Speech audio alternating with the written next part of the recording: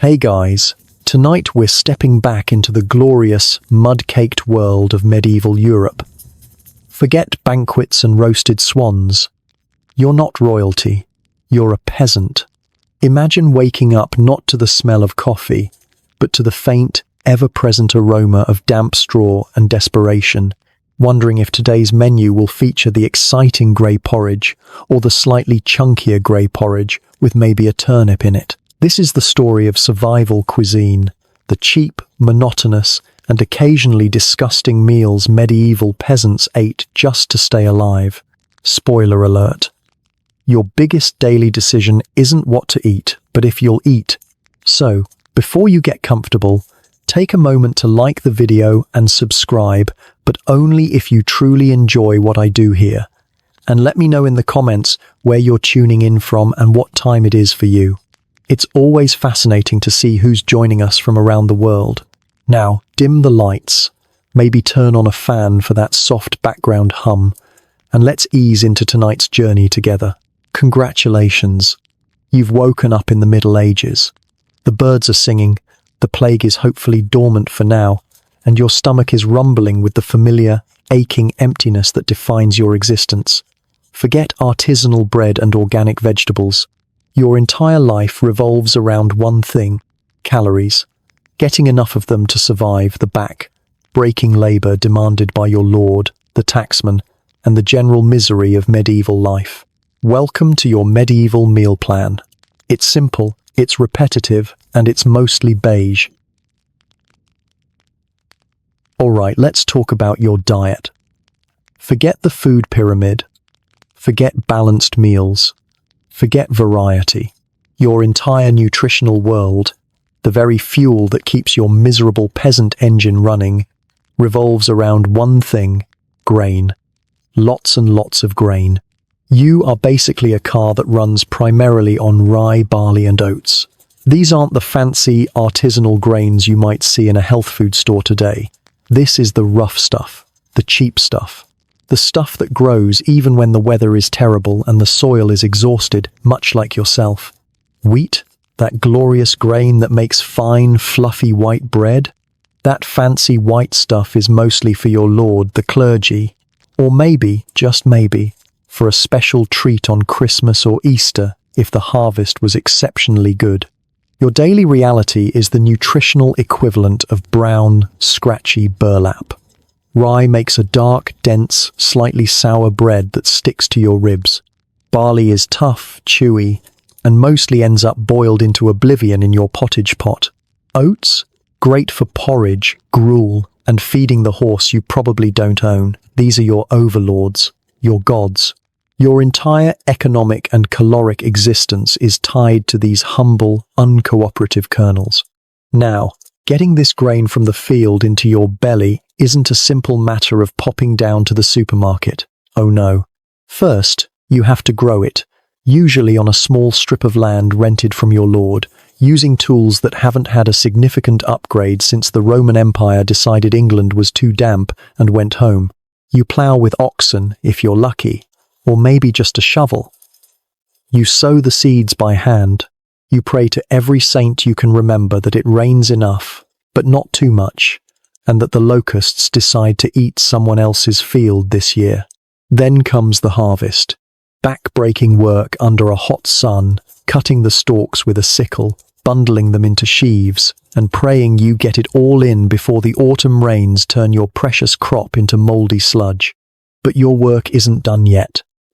You owe a hefty chunk of your harvest, the best part, naturally, straight to your lord as rent. Feudal obligations mean the first fruits of your labor go directly to the guy who owns the land you live on, the air you breathe, and probably your immortal soul, according to the contract you never got to read. What's left is your grain, your survival rations for the year. But it's still just tough, inedible kernels. To turn this into something your body can actually process, you need to mill it into flour. And here comes the next glorious stage of feudal oppression, the grind. You can't just grind it yourself.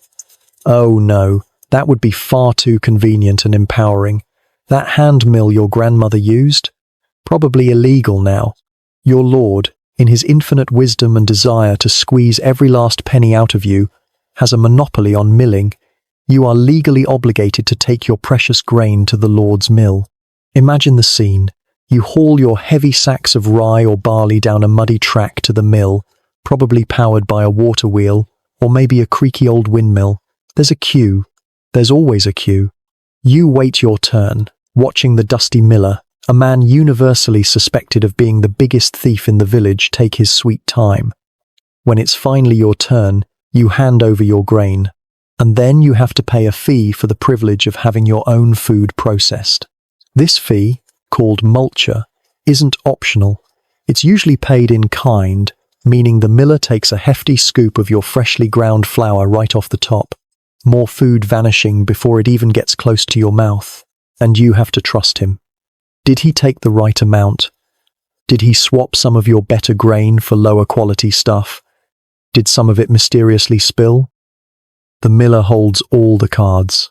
Complaining could get you banned from the mill, which is basically a death sentence.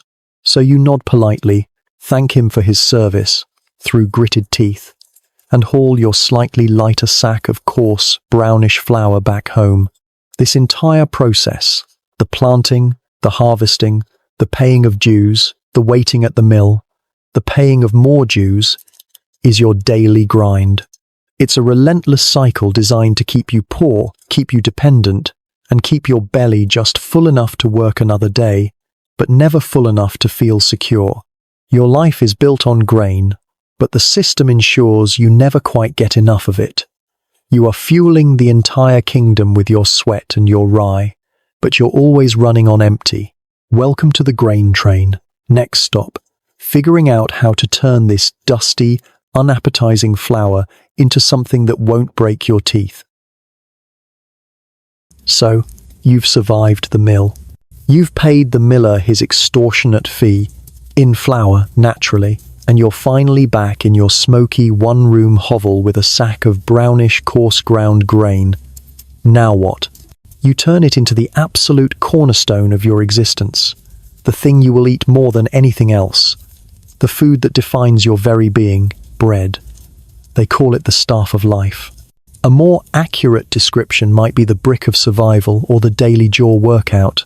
Forget everything you know about bread. Forget fluffy white sourdough, crusty baguettes, or delicate pastries. That's food for angels and aristocrats. Your bread is a different beast entirely. It's dark, heavy, coarse, and fundamentally unrefined, much like your life. It's made primarily from the cheap seats of the grain world, rye or barley, the tough guys that can handle bad soil and worse weather. Often, to stretch the precious grain even further, your flour is bulked out with pea or bean flour, creating a delightful concoction known as maslin. This doesn't just add interesting flavor notes, it also gives the bread a density approaching that of a neutron star. It's dense enough to stop an arrow, or at least seriously inconvenience one. Eating this bread isn't a gentle, pleasurable act. It requires serious chewing, a prolonged, dedicated, muscular effort. Your jaw gets a better workout than your arms do in the field. Forget needing a knife. You practically need a saw to get through a loaf. Children probably teethe on the crusts. It's less a foodstuff and more a form of edible building material. Now, you don't just whip up a fresh loaf whenever you fancy. Baking is a major operation, an infrequent and time-consuming ordeal. You might only bake once a week, maybe even less often if fuel is scarce. Why? Because you probably don't have an oven.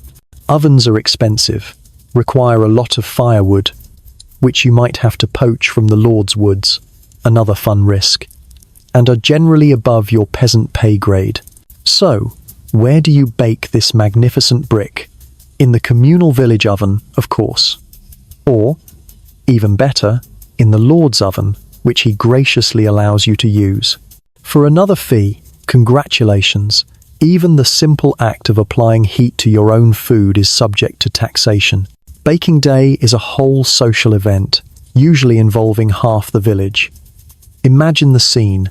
You haul your heavy, unbaked dough down the muddy track to the oven, probably run by the baker's wife, who knows all the gossip. There's a queue, naturally. You wait your turn, swapping news and complaints with your neighbors, while trying to keep the flies off your precious dough. When it's finally time, you hand over your loaves and the required payment, a portion of the dough itself, or maybe a few eggs. Your bread goes into the massive, wood-fired oven alongside everyone else's. You then wait, nervously, hoping the baker doesn't burn yours, or swap it for a smaller loaf belonging to someone less intimidating. Because you're only baking once a week, you don't bake small, delicate rolls. You bake huge loaves, monsters of rye and bean flour designed to last. These aren't loaves, they're edible anchors, built for endurance, not enjoyment. And this brings us to the glorious reality of your daily bread. Most of the week, you're eating stale bread. By day 3, your magnificent loaf has acquired the texture and charm of a fossilized rock. By day 5, it could be used as a weapon. By day 7, you need divine intervention just to get a bite off. So what do? You don't throw it away. Throwing away food is a luxury you cannot even comprehend. No, you adapt. You hack off chunks and soak them in your ale or whey to make them vaguely chewable. You crumble the hardest bits into your pottage as a thickener, creating a delightful dish known affectionately as bread soup. You might even toast the really ancient pieces over the fire until they're basically charcoal, giving them a smoky flavor that almost masks the taste of impending dental work. This is the staff of life. It's not pretty, it's not tasty, but it's calories. It's the dense, chewy, slightly sour fuel that keeps you going day after monotonous day. It fills your belly, even if it doesn't exactly lift your spirits. Every bite is a reminder of your place in the world. Solid, unrefined, and built to endure. Just try not to break a tooth. Dental care is even worse than the bread. So, you've got your brick of rye bread, staff of life, jaw workout, edible doorstop. Congratulations. That covers about half of your caloric intake. What about the other half? What magical, delicious dish accompanies your rock-hard loaf day in and day out? Prepare yourself for the main event, the undisputed heavyweight champion of the medieval peasant menu.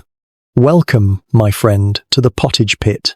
If bread is the staff of life, pottage is the slightly less solid stuff of life. It's the culinary black hole from which no peasant escapes. It's a thick stew or porridge that forms the soupy, mushy bedrock of your entire existence. Forget seasonal menus or fancy recipes. Your diet has one core component, endlessly repeated, infinitely adaptable in theory, and crushingly monotonous in practice.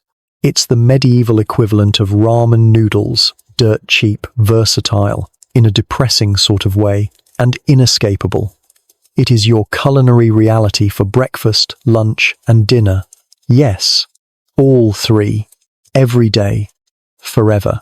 The recipe is breathtakingly simple, mostly because you have neither the time nor the ingredients for anything complex. Step 1. Acquire a large cauldron or pot. This is probably your most valuable cooking utensil, maybe your only one. Step 2. Hang it over your smoky hearth, the open fire in the middle of your one-room hovel that generously fills the space with eye-watering fumes and a fine layer of soot. Step 3. Put some liquid in it. This could be plain water, if you're feeling uninspired, leftover whey from cheese making, adding a tangy, slightly sour note, or even thin ale if you're feeling decadent or just ran out of whey. Step 4. Add the grain. Not the good stuff, obviously. You save the precious rye or wheat flour for the bread. The pottage pot gets the cheap filler, oats or barley, either whole grains or roughly ground. Step 5. Let it simmer, endlessly, for hours, maybe days. The pottage pot is less a cooking vessel and more a perpetual stew, a living entity that bubbles away in the corner, constantly being topped up with new ingredients and ladled out for meals. And here's the secret ingredient, the je ne sais quoi that gives your pottage its unique character. The pot probably never gets properly washed. Why waste the fuel and effort? Any leftover bits just add depth, flavor, bacteria. Who knows? You just keep adding new stuff on top of the old stuff. It's the original infinity stew, a culinary tradition passed down through generations of questionable hygiene. Sometimes, late at night, you swear you can hear faint whispers coming from the pot, the ghosts of last week's turnips complaining about the overcrowding. The result is, well, it's pottage. A thick, greyish, gloopy substance, bubbling sluggishly over the fire. The texture ranges from watery gruel on lean days to a thick, spoon-standing sludge when you've managed to throw in some extra barley. The smell is earthy. A comforting, or perhaps just deeply familiar, aroma of boiled grain, wood smoke, and whatever vaguely vegetable-like substance you managed to scavenge that day. It's not food that excites the senses. It's fuel. It's the culinary equivalent of shoveling coal into a furnace. It's hot, it's filling, sort of, and it keeps you alive long enough to face another day of back-breaking labor. You eat it directly from a wooden bowl, maybe with a crude wooden spoon, but often just scooping it up with chunks of that stale, rock-hard bread. Knives and forks? Utensils are for the fancy folk. Your bread is your primary eating tool. This isn't just a meal, it's an experience in texture. The rough, chewy bread scraping against the mushy, yielding pottage, it's memorable. This is your life now. You wake up to pottage. You break for a midday meal of more pottage, probably cold this time. You come home after a long day in the fields to a dinner of, guess what? Hot pottage, maybe with a daring new addition, like a leek. The monotony is staggering. It's a level of culinary boredom that would drive a modern foodie insane in about 12 hours. But for you, it's just Tuesday. It's fuel. It's survival. It's the soupy, grey heartbeat of the medieval world. So grab your spoon, or your bread shovel, and dig in. There's plenty more where that came from. Literally, it's been simmering since yesterday. So, you're staring into the bubbling grey abyss of your perpetual pottage pot. It's nutritious? Maybe? It's definitely hot and wet. But even by the low standards of medieval peasant cuisine, boiled oats in whey isn't exactly a flavour explosion. It needs something. A little texture, perhaps? A hint of colour that isn't beige? Congratulations. It's time to raid the garden. Attached to your miserable little hovel is your garden plot, a small patch of dirt known as a croft or curtilage. This isn't some picturesque cottage garden overflowing with roses. This is your personal, miniature farm supplement, your lifeline, the place you grow, the handful of sad-looking specimens that prevent your diet from being 100% pure, unadulterated grain mush. These are your pot herbs, the supporting actors in the relentless drama of the pottage pot. What botanical treasures await?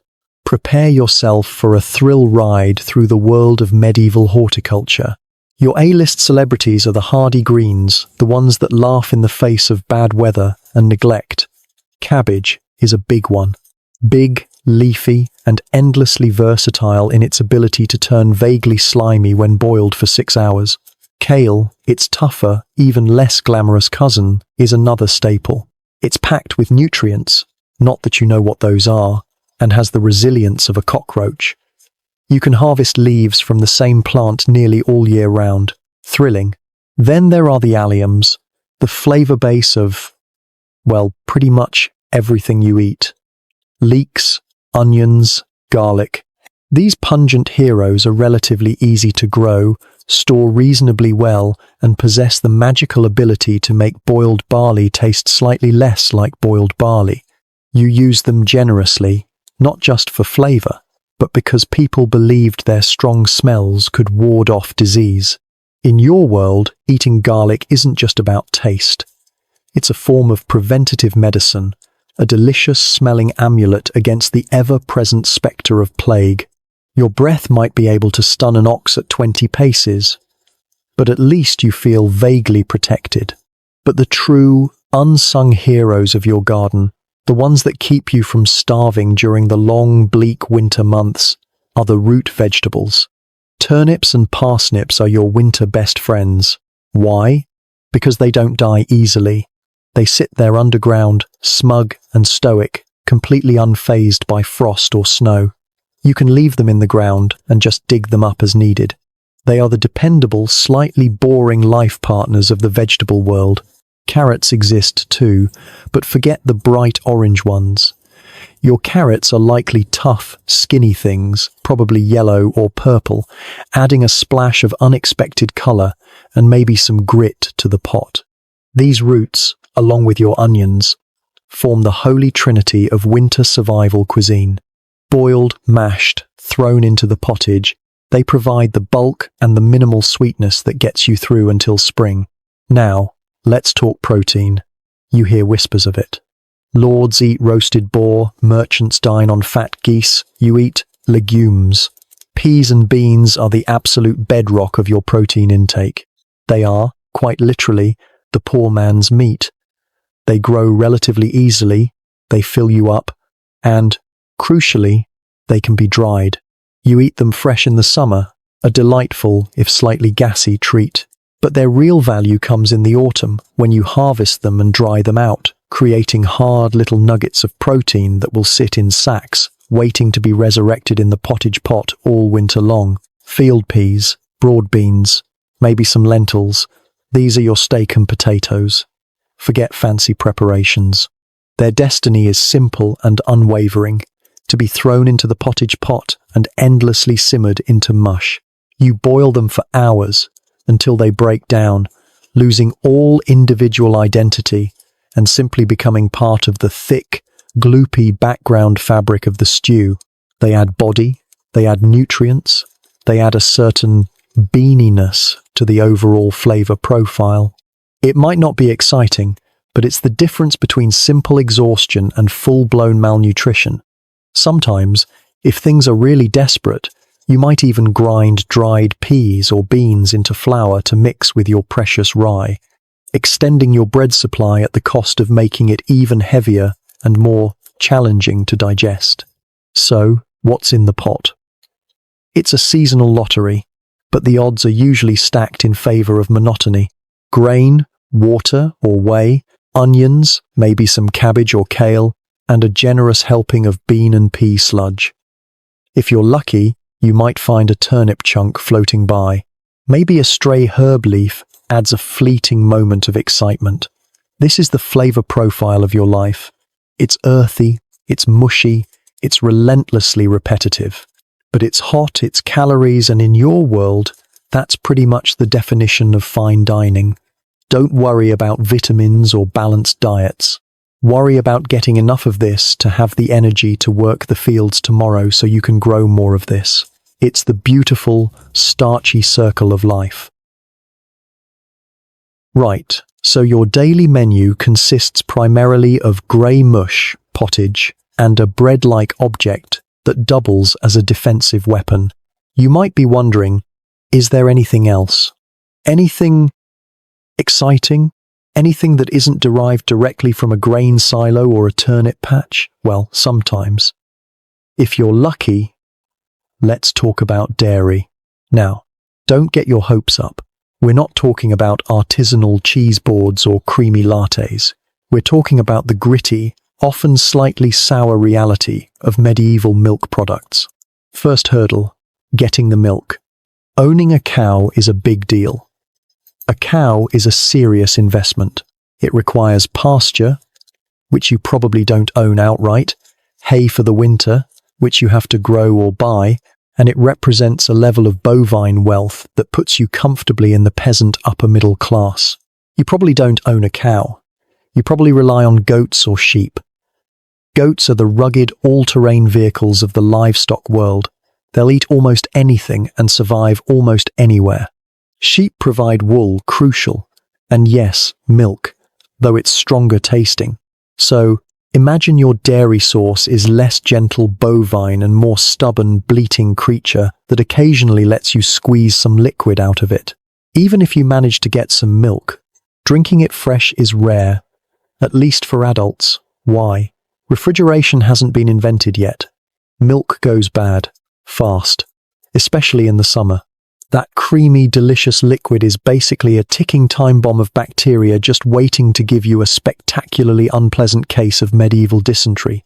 It's all about processing it before it goes bad. Milk isn't a beverage, it's raw material. The primary destination for this precious liquid is cheese. Forget soft, creamy brie or crumbly blue cheese. Your cheese is built for survival.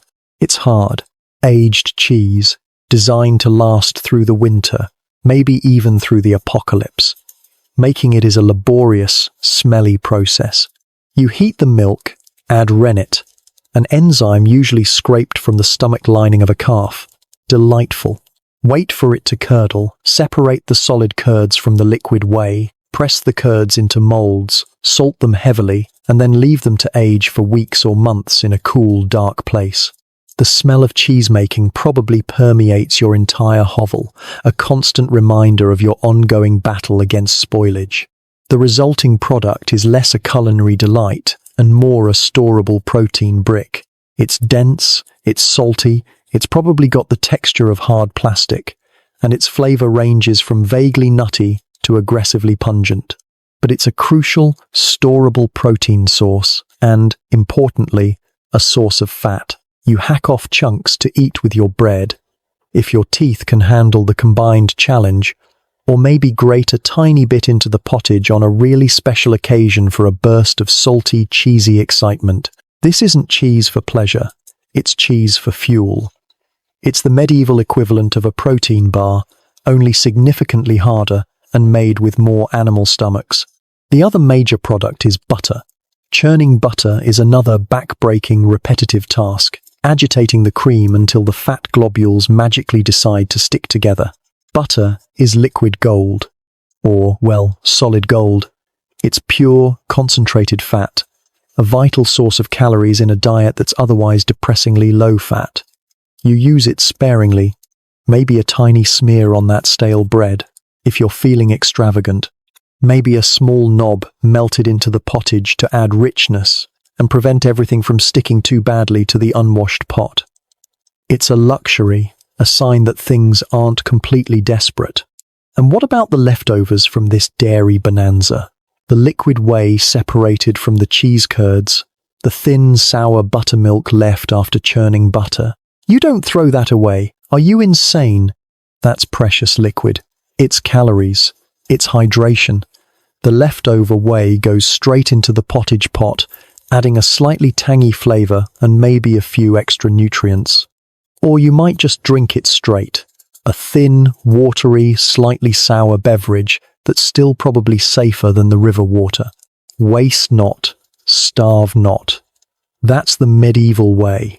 Every last drop, every last curd, every last byproduct is wrung for its survival value. So, yes, dairy exists in your world, but it's not the creamy, pasteurized, plastic-wrapped convenience you might be used to. It's hard-won, labor-intensive, and often consumed in forms that prioritize longevity over taste. A chunk of hard, salty cheese and a sip of sour whey might not sound like a dream, but in your world, it's a welcome, protein-packed break from the endless monotony of the grain train. It's a small taste of luxury. Enjoy it. Tomorrow, it's back to the pottage pit. All right, you've choked down your daily ration of pottage, gnawed on your bread brick, and maybe even enjoyed a sliver of hard, salty cheese.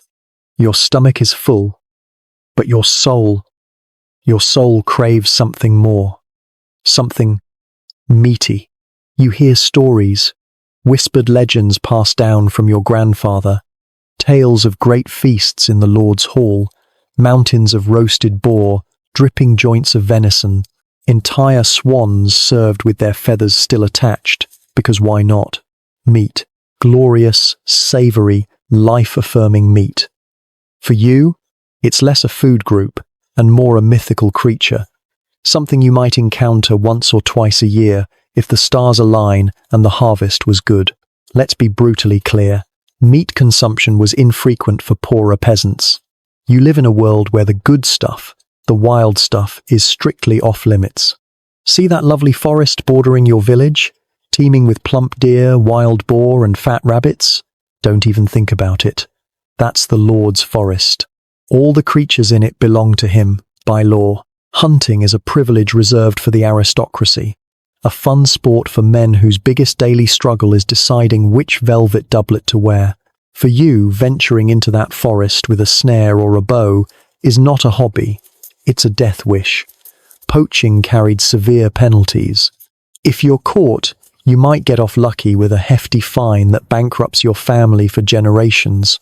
More likely, you're looking at mutilation, maybe getting your hands chopped off or having your eyes put out, just to make sure you don't get any more bright ideas about the Lord's venison. Repeat offenders, or those deemed particularly cheeky, that's a one-way trip to the gallows. So, unless you have a passionate desire to become a local cautionary tale, you stick to your turnips and leave the deer alone. So, where does that leave you, the protein-starved peasant? Your best bet, your most realistic shot at tasting something four-legged, is the humble pig. Pigs are the heroes of the peasant food chain. Why? Because they eat pretty much anything. Scraps from your own meager meals, vegetable peelings, spoiled grain, acorns, they're nature's garbage disposals. Sometimes, if your lord is feeling generous, or just wants fatter pigs to tax later, you might even be granted foraging rights to let your pigs roam in the woods after the harvest, snuffling for fallen nuts and roots. They require relatively little land compared to cattle, and they grow fat with gratifying speed. Your pig isn't just livestock, it's your piggy bank, your savings account, your emergency fund, all wrapped up in a snorting, muddy package. Owning a pig is a sign you're doing okay. Not great, but okay. The slaughter of the pig, usually in late autumn, is a major event for your family, and maybe even the village. It's a brief, bloody festival that promises fat and flavour for the lean winter months ahead. Nothing is wasted. The blood is used for sausages, black pudding. The intestines are cleaned for casings. The head, the feet, the tail, it all gets used. Even the bladder might be cleaned and inflated as a makeshift football for the kids. Fun. But don't imagine you're suddenly feasting on pork chops every night. Oh no, refrigeration is still centuries away. Fresh meat spoils quickly. The vast majority of your precious pig is immediately preserved. Salting and smoking are your primary weapons against decay. The sides of the pig are heavily salted and hung up in the smoky rafters of your hovel to cure, transforming into bacon or salt pork. These aren't the delicate, thinly sliced strips you might know today. This is serious stuff. Thick, fatty, and intensely salty slabs of preserved meat designed to last for months. And how do you eat this hard-won treasure? Mostly, you don't. Not in big chunks, anyway. You mostly eat pork as bacon or salt pork, tiny scraps used to flavour the eternal pottage. Remember that bubbling grey pot in the corner? This is where your pig truly shines. A tiny sliver of salty bacon, maybe just the rind, is tossed into the pottage. As it simmers for hours, it releases its precious fat and a hint of smoky, salty, meaty flavour, transforming the bland mush into slightly less bland mush with a hint of pig. That tiny scrap might be the only meat you taste all week, but its contribution is immense. It adds calories from the fat. It adds flavour, and perhaps most importantly, it adds the idea of meat, a psychological boost in a relentlessly vegetarian existence. Real, substantial portions of meat? Those are reserved for feasts, Christmas, Easter, the harvest festival, maybe a wedding if someone important is getting hitched. On these rare, glorious occasions, the rules relax. The Lord might provide an ox to be roasted. You might slaughter a chicken. You might finally get to taste a thick slice of roasted pork that isn't primarily salt. These feast days are explosions of culinary joy in an otherwise barren landscape, brief, delicious reminders that food can be something other than fuel. But they are exceptions, They are holidays from the norm. Your everyday reality remains the pottage pot. Maybe, if you're lucky, haunted by the ghost of a tiny piece of bacon. Meat isn't a staple, it's a rumor. A delicious, savory rumor you occasionally get to taste, just often enough to remember what you're missing. So, your culinary world is mostly beige sludge and brown bricks, occasionally haunted by the ghost of pig fat. Congratulations. Is there anything else that might occasionally liven up the depressing menu? Well, sometimes. Let's talk about the creatures that flap and the creatures that swim. Feathers and fins. Don't get too excited. First, the feathered friends. You might keep a few chickens scratching around your hovel. These aren't plump, pampered birds destined for a Sunday roast. These are scrawny, tough, semi-feral creatures that mostly fend for themselves, eating bugs and scraps and occasionally trying to peck your eyes out. Their primary value isn't their meat. Oh no. Eating the chicken itself is a special occasion, reserved for maybe a major feast day or if the bird gets too old to perform its main function. Their main function? Eggs. Eggs are tiny, perfect packages of essential protein and fat, nature's little survival pods. Chickens are valuable because they convert garbage into edible gold. Your handful of hens might lay a few eggs a week, if you're lucky, and the fox doesn't get them first. These eggs are precious, you guard them jealously. You might eat one boiled, adding a rare burst of richness to your grim diet.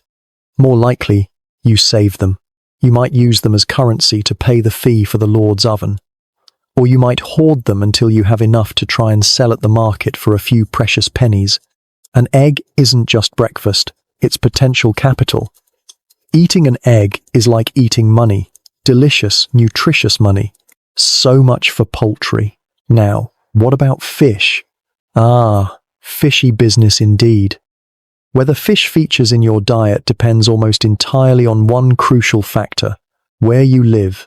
Geography is destiny in the medieval menu lottery. Are you lucky enough to live in a coastal village? Congratulations. The sea is your larder. You might have access to relatively fresh catches of herring, mackerel, cod, or whatever else gets hauled in by the local fishermen, assuming you can afford it, or you know a guy. The smell of salt, fish guts, and impending food poisoning is the constant perfume of your existence. It's still a tough life, but at least your pottage might occasionally contain something that once swam. But what if you live inland, miles from the glorious fish-filled sea? Your options become significantly less appealing. You might live near a river or lake. If so, you might try your hand at fishing. Again, potentially poaching if the river rights belong to the Lord. What aquatic delights await? Forget salmon, forget trout. Your most likely catch is the eel. Yes, the slimy, snake-like bottom dweller. Eels were incredibly common and formed a huge part of the inland peasant diet. They could be caught in traps, smoked, salted, or even baked into pies. They were nutritious, plentiful, and possessed a unique texture that people either loved or endured. You might also catch pike, perch, or roach, bony, muddy-tasting river fish that required a lot of effort for minimal reward. Still, protein is protein. Beggars can't be choosers, especially when the alternative is turnip-flavored pottage. But the real king of the fish world, the one that unites coastal and inland peasants in a shared, pungent experience, is the salted herring. Herrings swim in massive shoals, making them easy to catch in huge quantities, and they take beautifully to salting and smoking. This meant they could be preserved almost indefinitely and transported far inland without rotting. Salted herring became the cheap, stinky protein lifeline for millions. Imagine barrels upon barrels of these stiff, salty, intensely fishy carcasses arriving in your village. The smell alone could probably ward off Viking invasions. You eat salted herring not because you want to, but because you have to, especially during Lent. Ah, Lent. That glorious 40-day period before Easter when the church says no meat, no bacon, no chicken. Not even that questionable offal you were hoping for. For weeks on end, your already bleak diet becomes even bleaker. Fish, however, is permitted. And the cheapest, most readily available fish? You guessed it, salted herring. You soak it to try and remove some of the overpowering saltiness. You boil it. You grill it over the fire. You throw chunks of it into the pottage, creating a dish that probably violates several international treaties. It's salty, it's oily, it repeats on you for days, but it's protein. It gets you through Lent, and the numerous other fasting days the church sprinkles throughout the year just to keep things interesting. Fun. So, feathers and fins do occasionally make an appearance on your plate. A precious egg, a bony river fish, or, most likely, a punishingly salty piece of herring. These aren't luxuries you indulge in daily. They are strategic supplements, vital boosts of protein and fat that help you endure the relentless tyranny of the grain.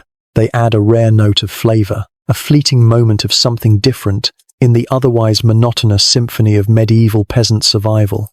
Enjoy that eel pie. Tomorrow, it's probably back to porridge. Right. Your culinary existence is a thrilling cycle of pottage, rock-hard bread, the occasional egg, and the pungent memory of salted herring. You might be thinking, is there any opportunity for spontaneity, for a little wildness in my diet? Congratulations. There is. Welcome to the exciting, high-stakes world of foraging.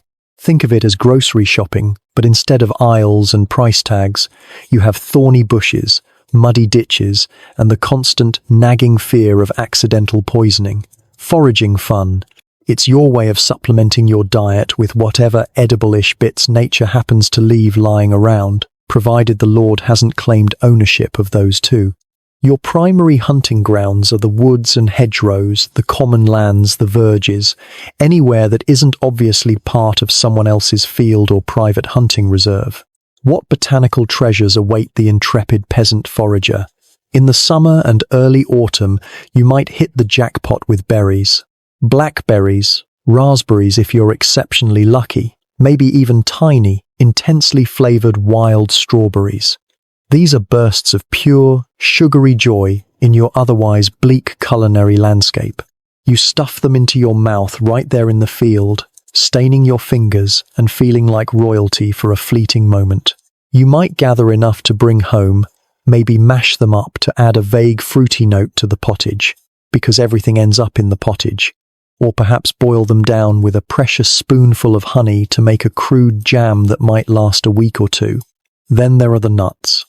The undisputed king here is the hazelnut. Hazelnuts are little nuggets of fat and protein, a vital energy boost, especially as the weather starts to cool.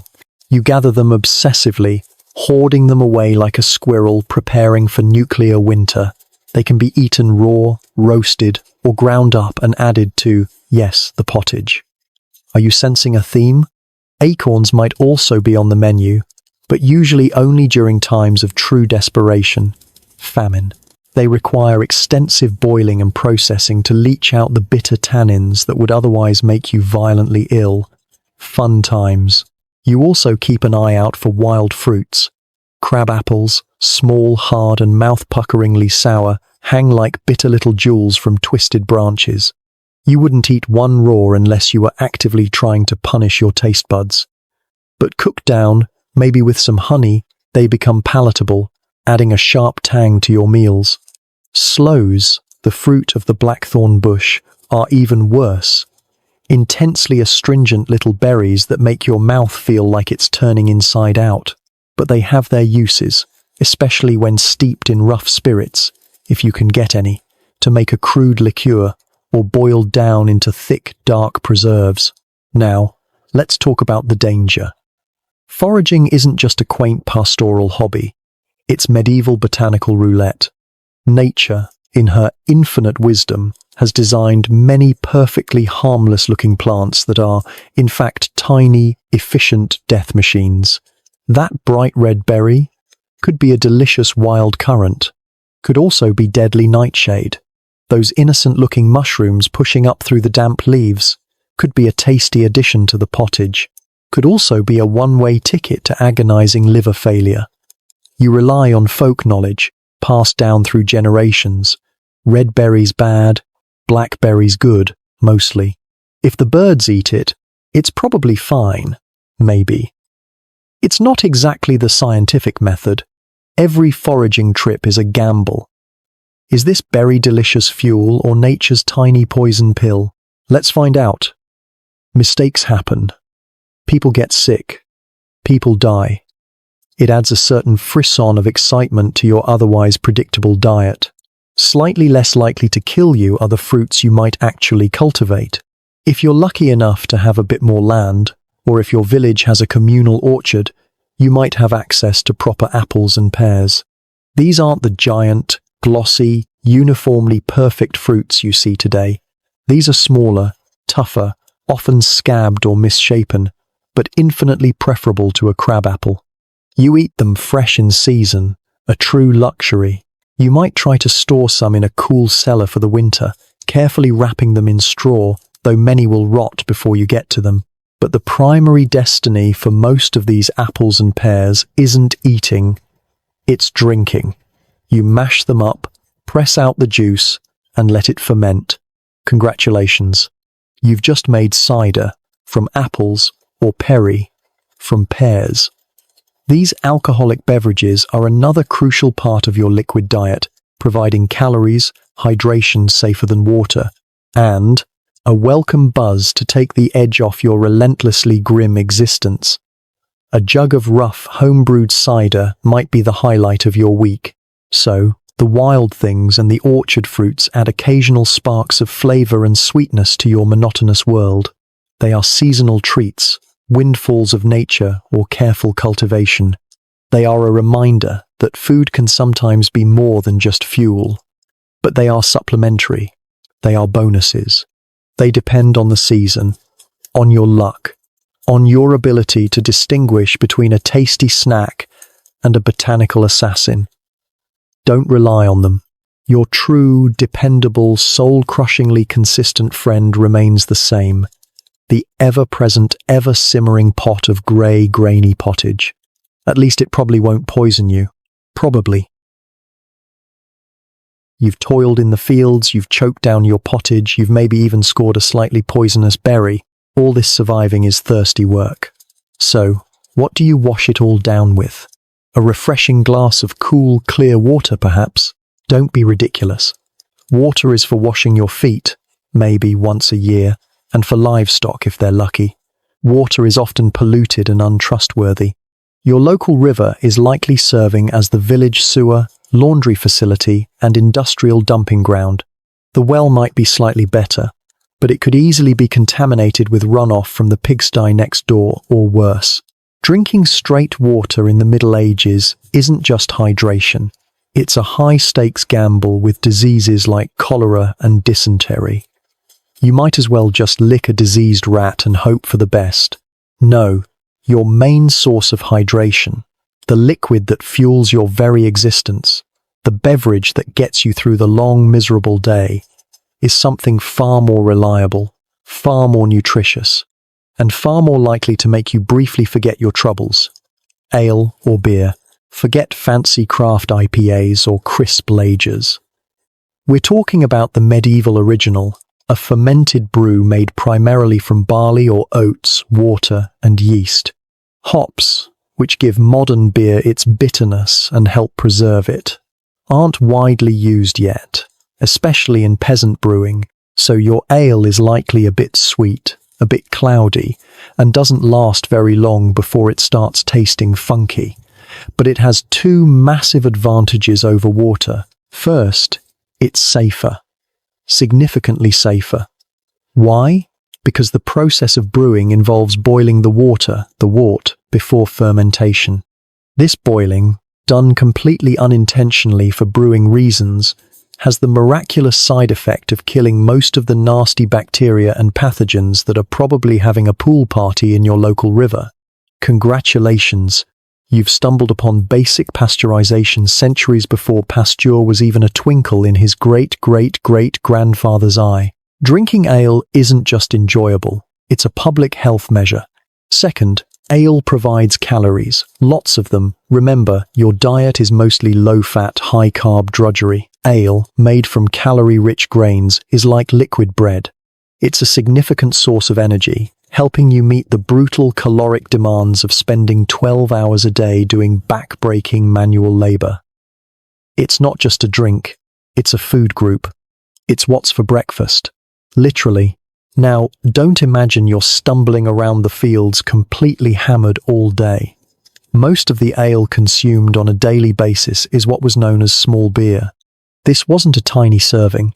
It was a brew made from the second runnings of the mash, basically using the leftover grain bits after the good stuff had been extracted for the stronger ale. The result was a weak, low-alcohol beverage, probably only 1 to 2% ABV, maybe less. It was thin, watery, probably didn't taste like much, but it was wet. It was safe-ish. And it had some calories. And who drinks this glorious small beer? Everyone, including children. You give your kids small beer instead of water, because frankly, it's less likely to kill them. You drink it with breakfast to wash down your pottage. You take a jug of it out to the fields to sip on throughout the day. You drink it with your evening meal. It's the default beverage, the background hydration that keeps medieval society from collapsing into a pile of dehydrated, dysentery-ridden corpses. Stronger stuff? The ale made from the first runnings? The brew with a real kick? That's reserved for special occasions. Feast days, harvest celebrations, weddings, funerals, or maybe just a particularly miserable Tuesday when you need to briefly numb the crushing weight of existence. Getting properly drunk is a luxury, a brief vacation from reality. Your daily reality is the thin, watery, slightly better than poison small beer. So raise your crude wooden mug of cloudy, lukewarm small beer. It might not taste like much, it might not give you much of a buzz, but it's keeping you alive. It's hydration, nutrition, and rudimentary sanitation all rolled into one slightly sour, fermented package. In a world actively trying to kill you with contaminated water, ale isn't just a drink. It's your best friend. Cheers. Alright, you're fueled by ale, pottage, and sheer stubbornness. Your diet is functional, efficient, maybe even life-sustaining, but is it flavorful? Is there anything in your miserable medieval existence that tastes like something other than boiled grain, root vegetables, and existential despair? Let's explore the thrilling world of medieval peasant flavor enhancers. Prepare yourself for disappointment. First up, a touch of sweetness. You crave it. Your body craves it. That little hit of sugar that makes the drudgery slightly more bearable. What are your options? Sugar? Don't make me laugh. Sugar is an exotic dream, a ridiculously expensive luxury imported from faraway lands. It's the kind of thing kings and dukes use to show off, sculpting it into elaborate centerpieces for their banquets. You're more likely to meet the Pope than to taste sugar. No, your main sweetener, your only real hope for a sugary hit, is honey, if you can get it. Beekeeping was a common sideline for peasants, a way to supplement your income and diet. You might have a few straw hives, called skeps, tucked away near your garden. You learn the delicate, terrifying art of managing a swarm of angry, stinging insects, hoping to harvest a bit of their golden treasure without getting stung into oblivion. Honey is precious. It's used not just to sweeten food, but also to make mead, honey wine, another occasional alcoholic treat. You hoard your honey carefully, doling it out a tiny spoonful at a time. Maybe a drizzle into the pottage on a feast day to create a strange, sweet and savory sludge. Maybe mixed with water and herbs for a medicinal cough syrup. It's your only taste of genuine sweetness in a world that's mostly just sour. Next, let's move on to the savory side. Flavor country, or more accurately, salt country. Because the undisputed king, the alpha and omega of peasant flavor, is salt. Salt is essential, not just because it makes your endless pottage slightly less bland, emphasis on slightly. Its real superpower is preservation. Remember that pig you slaughtered? Remember that barrel of herring that gets you through Lent? They don't magically stay edible. They stay edible because they are absolutely saturated with salt. Salting is your primary weapon against rot, decay, and starvation. It's the technology that allows you to survive the winter. Because it's so crucial, salt isn't always cheap. Depending on where you live, how far from the coast, salt pans, or salt mines, it could be relatively expensive. You use it carefully, making sure every precious crystal counts. You salt your butter and cheese to make them last. You salt your meat. You throw a pinch into the pottage pot, hoping it's enough to mask the faint taste of whatever died in there last week. Salt isn't just a seasoning, it's a strategic resource, the foundation of your entire food preservation system.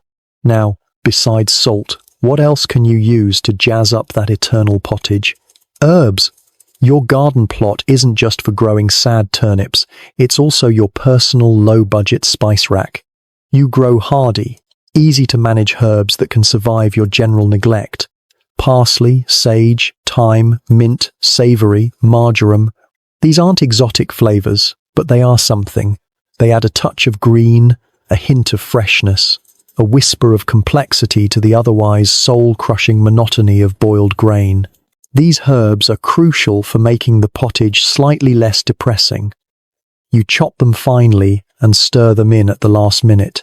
You bundle them together into a bouquet garni, though you wouldn't call it that, and let them simmer in the pot, infusing the grey sludge with their faint aromas.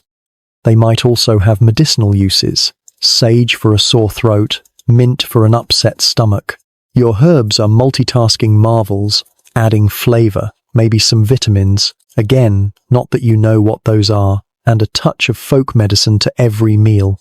They are the tiny, green heroes fighting a valiant but ultimately doomed battle against blandness. Finally, let's talk about spices. Those magical, aromatic powders from the East that the lords and merchants rave about. Pepper, cloves, cinnamon, nutmeg, ginger. Surely, a tiny pinch of pepper wouldn't be too much to ask. Yes, it would. Imported spices like pepper are wildly, astronomically, laughably expensive luxuries completely out of your reach. They travel thousands of miles over land and sea, passing through countless middlemen, each adding their markup. A pound of pepper could literally cost you as much as you earn in several months, maybe even a year. Spices are status symbols, ways for the rich to show off their wealth by making their food taste like something other than just food. You might smell them, perhaps, wafting from the kitchens of the Lord's manor as you trudge past on your way to the fields. But taste them? Never. So, forget pepper. Forget complex curries or fragrant gingerbread. Your food is bland, relentlessly, crushingly bland. Get used to it. Your flavor palette is salt, maybe some onion or garlic, a hint of whatever herb didn't die over the winter. And, if you're lucky, a tiny drop of honey. That's it. Your food isn't designed for pleasure. It's designed for function. It's fuel for the machine. Flavor is a luxury you cannot afford. Now, finish your pottage. It tastes exactly the same as yesterday, and the day before that, and the day before that. You've survived the autumn harvest. You've survived the midwinter feasts. Well, a feast, maybe. Your belly has known the rare delights of slightly less stale bread and pottage vaguely flavoured with bacon rind. You might even be feeling cautiously optimistic. Congratulations. Winter is almost over. Unfortunately, the worst part is just beginning. Welcome to the Hungry Gap. This isn't an official holiday. There are no festive parades. It's that charming period, usually in the late winter and early spring, let's say February, March, maybe even dragging its miserable heels into April, when your winter stores are dwindling down to dust and despair, but nothing new is growing yet. It's the agricultural equivalent of being stuck between paychecks, but instead of overdraft fees, the penalty is starvation. This is when you truly feel the pinch. Remember that sack of rye flour you hauled back from the Lord's mill? It's getting lighter, alarmingly lighter. You start measuring it out more carefully, maybe adding a bit more ground-up bean or even, heaven forbid, some sawdust or tree bark just to bulk it out. Your bread, already a formidable weapon, achieves new levels of density and indigestibility. It's less staff of life and more internal GTEx. That hard, salty cheese you made back in the summer? You're down to the last sad, sweaty wedge. You shave off paper-thin slivers, savoring each crumb like it's gold. The butter? Long gone. That glorious pig you slaughtered in November? You're now reduced to gnawing on the final, rock-hard, overly salted remnants of the bacon, mostly just hoping to extract some flavour before your teeth give out. And the pottage pot. Oh, the pottage pot knows. It reflects your declining fortunes with brutal honesty. Where once it bubbled with a thick, almost chunky stew, the pottage gets thinner. It's becoming less hearty soup and more slightly opaque hot water with vague vegetal memories. Those trusty winter root vegetables, the turnips, the parsnips, are starting to run low, or they've gone soft and woody in the root cellar you probably don't have. It's likely just a hole under your bed. The dried peas and beans, your protein powerhouse, are being rationed with the grim precision of a battlefield surgeon. Every spoonful feels like spending your last penny. The bread gets harder. The pottage gets thinner. And you get weaker. This isn't just about feeling a bit peckish. This is a deep, gnawing, constant hunger that settles in your bones. You wake up hungry. You work hungry. You go to sleep hungry. Your body, running on fumes, starts to protest. You feel perpetually cold, no matter how close you huddle to the smoky fire. You move slower. Your thoughts become sluggish. Minor illnesses that you might have shaken off in the autumn now linger, potentially turning deadly. Your immune system is basically running on empty, too preoccupied with the search for calories to bother fighting off a cough. This is the time of year when your rosy-cheeked medieval peasant aesthetic gives way to something a bit more skeletal chic. You tighten your belt, not for fashion, but because there's genuinely less of you to hold your trousers up. Children become pale and listless. Old people start quietly dying off in the corners of their huts. The hungry gap isn't just an inconvenience, it's a cull. What do? You forage, of course. You scour the still bare hedgerows and woods for anything remotely edible. Early spring greens, nettles, dandelions? Congratulations. You're having salad. Or, more likely, you're boiling them into the pottage to add a splash of desperate green colour and maybe some vitamins. You might dig for roots that the frost hasn't killed. You might even resort to eating the buds off trees. It's not about taste. It's about tricking your stomach into thinking it has received sustenance. You count the days. You watch the sky, praying for sun, praying for rain, but not too much. Praying for the first green shoots to appear in the fields. The first glimpse of new growth isn't just a sign of spring, it's a promise of survival. It's a signal that the great, grey, hungry waiting might soon be over. But until then, you endure. You scrape the bottom of the flour barrel, you water down the pottage just a little bit more. You chew your hard bread slowly, trying to make it last. You fantasize about food. A roasted chicken, an apple, even just a bowl of pottage that isn't 90% water. The hungry gap is the final, cruel test of your peasant year. It's the period that separates the survivors from the statistics. It's a stark, annual reminder that in your world, life is lived perpetually on the edge of starvation, and the distance between a full belly and an empty grave is terrifyingly short. Keep chewing that bark bread. Spring is coming. Maybe. You've made it through the hungry gap. Congratulations. Spring has sprung, the fields are green, and your diet has slightly improved from bark-flavoured despair back to reliably monotonous porridge. You might even be feeling a flicker of hope. Maybe this year will be different. Maybe this year, the harvest will be bountiful.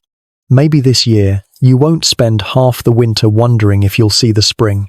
Don't get cocky, because lurking behind every hopeful green shoot, behind every prayer for good weather, is the ever-present terrifying spectre that truly rules your life: famine. The hungry gap is just a predictable dip in your already pathetic food supply. Famine is the main event. It's the catastrophic system failure, the moment when the fragile agricultural machine that sustains your entire existence completely collapses. It is the constant threat hanging over your head, a sword held by the thinnest of threads, and the things that can cut that thread are numerous and terrifyingly common. First, there's the bad weather. You live in an age before weather forecasts, before climate control, before industrialized agriculture. Your entire survival depends on the whims of a notoriously fickle sky. Too much rain? Your fields flood, the seeds rot, and your precious grain turns into black, slimy mush. Not enough rain? Drought shrivels the stalks, the earth cracks, and your harvest yields nothing but dust and despair. A sudden, unseasonable frost? A hailstorm that shreds the ripening crops? Any of these can turn a promising year into a disaster overnight. You spend half your life looking nervously at the sky, performing a constant, anxious weather forecast based on superstition and the ache in your arthritic knee. Then come the pests. Forget tidy fields sprayed with scientifically formulated pesticides. Your crops are an all-you-can-eat buffet for every hungry creature for miles around. Locusts can descend in swarms so thick they block out the sun, devouring an entire field in a matter of hours. Rats and mice infest your poorly constructed grain stores, eating your winter survival rations while you sleep. Blights, rusts, and fungal diseases, which you interpret as signs of God's displeasure or witchcraft, can wipe out your entire crop before it even ripens. Nature, it turns out, is not your gentle mother. She's a ruthless competitor who also wants to eat your dinner. And finally, there's the most reliable harbinger of famine: war. Congratulations. Your lord has decided to have a petty squabble with the Lord, in the next valley over territory or honor, or maybe just because he was bored. Armies march. And where do armies march? Right through your carefully tended fields. Soldiers, yours or the enemy's, it barely matters, will trample your crops, requisition, steal your grain stores, and maybe even burn your village down for good measure. War doesn't just kill people, it kills the land, it kills the harvest, it kills the future. A single military campaign can trigger a famine that lasts for years. When crop failure happens, the descent into dearth, a lovely medieval term for everyone is starving but we're trying to sound polite about it, is swift and brutal. First, the price of grains skyrockets. The little you manage to harvest is suddenly worth a fortune, but you have nothing left to sell, and no money to buy the inflated dregs available at the market. The bread loaves shrink, the pottage becomes translucent, that last piece of salty bacon becomes a distant, cherished memory. Then comes the desperation diet. This is where things get truly grim. You start eating things that weren't originally on the menu. Remember that rock-hard rye bread you complained about? Luxury. Now you're looking at bread made with bark, ground acorns, chaff, or even sawdust, just to create something solid to put in your stomach. Acorns, full of bitter tannins, require hours of boiling just to become marginally edible, turning your insides into a war zone. You start boiling leather scraps, hoping to extract some phantom nourishment. Foraging becomes not a supplement, but your primary food source. You scour the woods and fields for anything remotely edible. Nettles, dandelions, wild roots you vaguely remember your grandmother mentioning. Was it the edible kind or the instantly fatal kind? Let's hope for the best. You hunt for snails, grubs, maybe even rats if you're truly desperate. The distinction between food and stuff you can technically chew and swallow becomes dangerously blurred. The gnawing hunger is constant. It's a physical pain, a hollow ache in your gut that never leaves. But it's more than that. It's a psychological torture. You become obsessed with food. You dream of feasts. You see potential meals in things that aren't food. Your world shrinks down to a single primal focus, finding the next mouthful. Children, their bellies swollen from malnutrition, stop crying and develop a terrifying vacant stare. The old and the weak simply lie down and wait for the end. You see your neighbors, once sturdy farmers, reduced to skeletal figures, their skin stretched tight over their bones. The social fabric unravels. Theft becomes common. Violence erupts over a handful of scavenged nuts.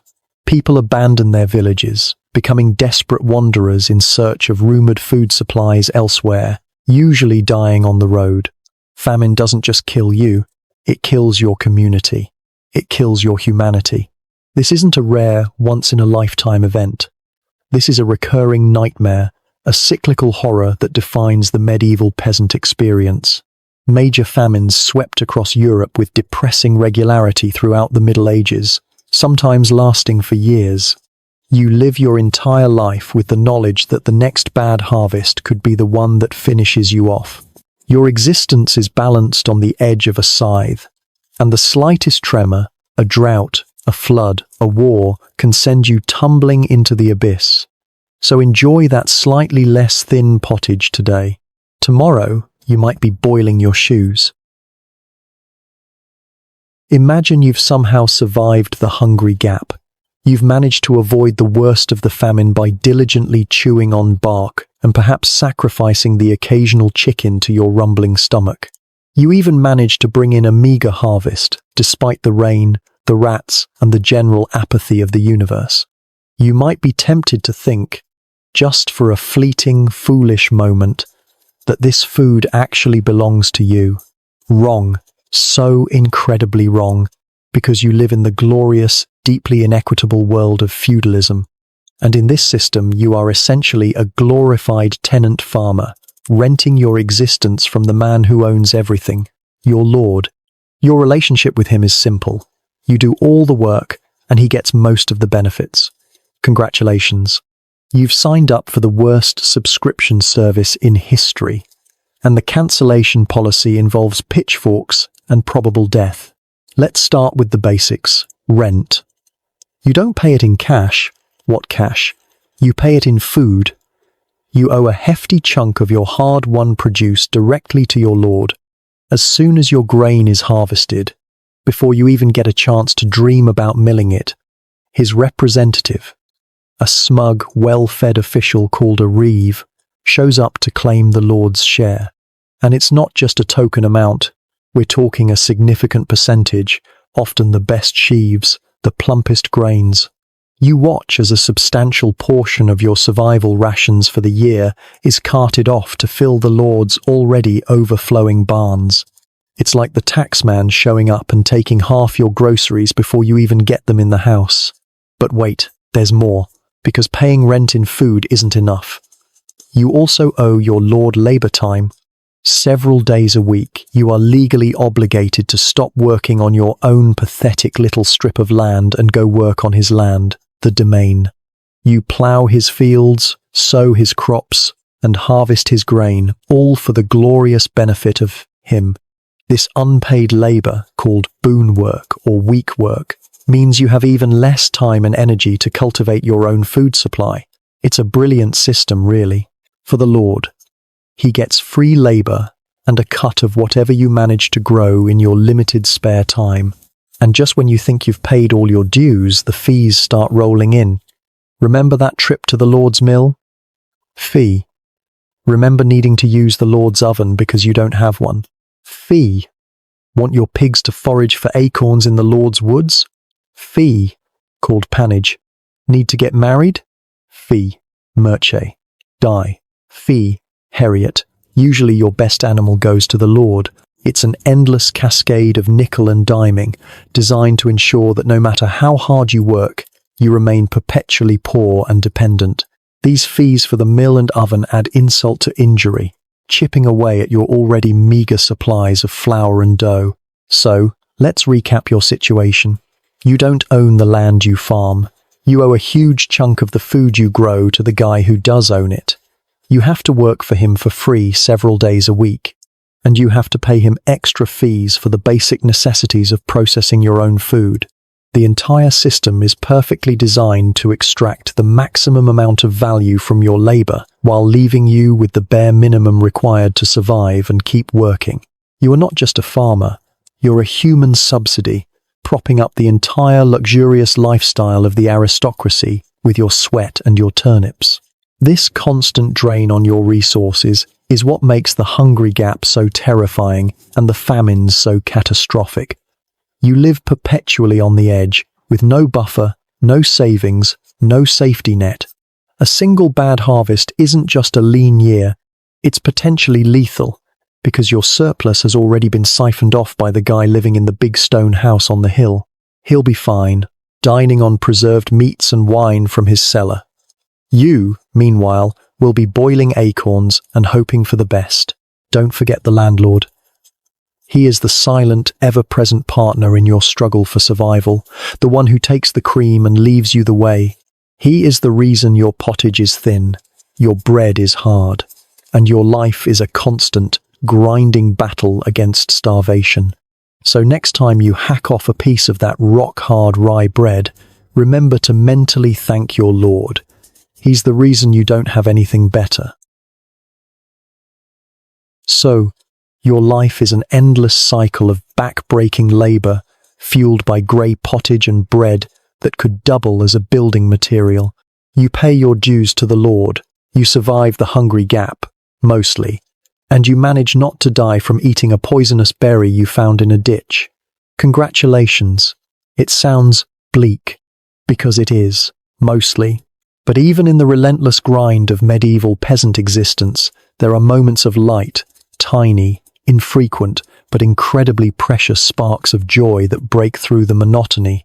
These are the feast days, the official holidays, the harvest celebrations, maybe a saint's day the Lord decides is worth acknowledging, or perhaps a wedding, someone else's, probably not yours.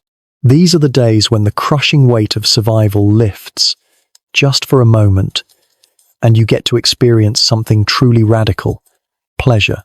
Specifically, the pleasure of eating something other than boiled barley. Imagine it's harvest time. You've spent weeks in the fields, working from sunrise to sunset, bringing in the Lord's grain and then your own meager share. It's exhausting, brutal work, but when it's finally done, there's a celebration. The Lord might, in a rare display of feudal generosity, or maybe just to ensure you have enough energy to work next year, provide an ox or a couple of sheep to be roasted. Or perhaps your village pools its resources. Suddenly, the air isn't filled with the usual smells of mud and despair. It smells of roasting meat, actual meat, not just the ghostly memory of bacon rind in the pottage, but real substantial chunks of animal flesh, dripping with fat, crackling over an open fire. The joy is almost overwhelming. You haven't tasted anything like this in months, maybe since last harvest. You tear into it like a wolf, the rich, savory flavor exploding in your mouth. You don't care about table manners. You gnaw on bones. You lick the grease from your fingers. This isn't just a meal. It's a primal, visceral affirmation that life, just occasionally, doesn't completely suck. And look, what's that on the trestle table? Is it? Yes, wheat bread rolls. Small, pale, almost fluffy little things made from the Lord's fancy white flour. Compared to your usual rye brick, biting into one is like biting into a cloud. It's soft. It's light. It tastes like almost nothing, which is a vast improvement. You savor every crumb, a taste of the life you can usually only smell from a distance. Wash it all down, not with the usual watery small beer. No, today is special. Today, the barrels of stronger ale are opened. This stuff actually has flavor. It has a kick.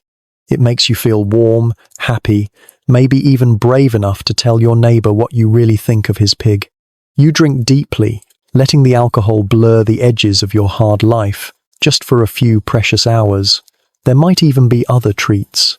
Maybe some fruit pies if the harvest was good, bursting with sweet berries or apples, baked in a crust made with precious butter, maybe some honey cakes. Compared to your daily fare, this is a feast fit for a king, or at least a moderately successful peasant who isn't currently starving. These occasions are about more than just food. They are about community. You gather with your neighbors, sharing the rare bounty. You sing songs. You dance. Badly, probably. You forget, just for a day, about the endless toil, the gnawing hunger, the ever-present threat of disease and famine. You feel human. You feel full. It's a feeling so rare, so precious. You try to memorize it, to hold on to it, because you know that tomorrow it's over. The feast scraps will be gone. The strong ale barrel will be empty. The Lord will be back to demanding his share. And you will be back to the familiar, comforting, no, wait, just familiar, embrace of the pottage pot. The brief, glorious explosion of flavor and fat highlight the scarcity of the rest of the year. The feast isn't just a celebration. It's a stark reminder of what your life usually lacks. And that's the final, crucial takeaway. The medieval peasant diet wasn't about nutrition, though you accidentally got some. It wasn't about enjoyment, except on those rare feast days. It was about one thing, and one thing only: survival. It was a relentless, ingenious, and often grim strategy for survival against the odds.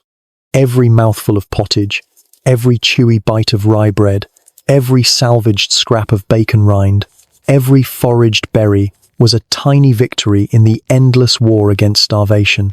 You didn't eat to live well, you ate to live, period. It was a diet born of necessity, shaped by scarcity, and defined by the relentless, grinding reality of medieval life. It was ingenious in its use of every available resource. It was grim in its monotony, and it was ultimately just enough to keep the great, creaking, feudal machine running, one bowl of pottage at a time. So there you have it. Your culinary tour through the grey, grainy, and occasionally maggot-filled world of the medieval peasant is complete. It wasn't glamorous, it wasn't tasty, but it was, against all odds, survival. These were people fueled by little more than porridge and perseverance, wrestling a living from the mud under the constant threat of starvation, disease, and the landlord. Their resilience, frankly, is astonishing. They built cathedrals, fought wars, and laid the foundations of the modern world, all while running on a diet that would make a modern nutritionist weep. It certainly puts things in perspective, doesn't it? So next time you complain about having nothing to eat, staring into a fridge full of options while scrolling through delivery apps, remember your medieval counterpart, and maybe go find some turnips. Or just be grateful for the miracle of grocery stores and the distinct lack of plague. And with that cheerful thought, our journey through the pottage pit is over. Thank you for listening. If you've enjoyed this quiet journey into the past, I hope you'll consider joining me again for another story. But for now, it's time to let the story go. Let the simmering pots, the rock-hard bread, and the endless fields fade away into silence. There are no more harvests to worry about, and no more lords demanding their share. There is only this moment of peace and the gentle promise of sleep. Rest well. Good night.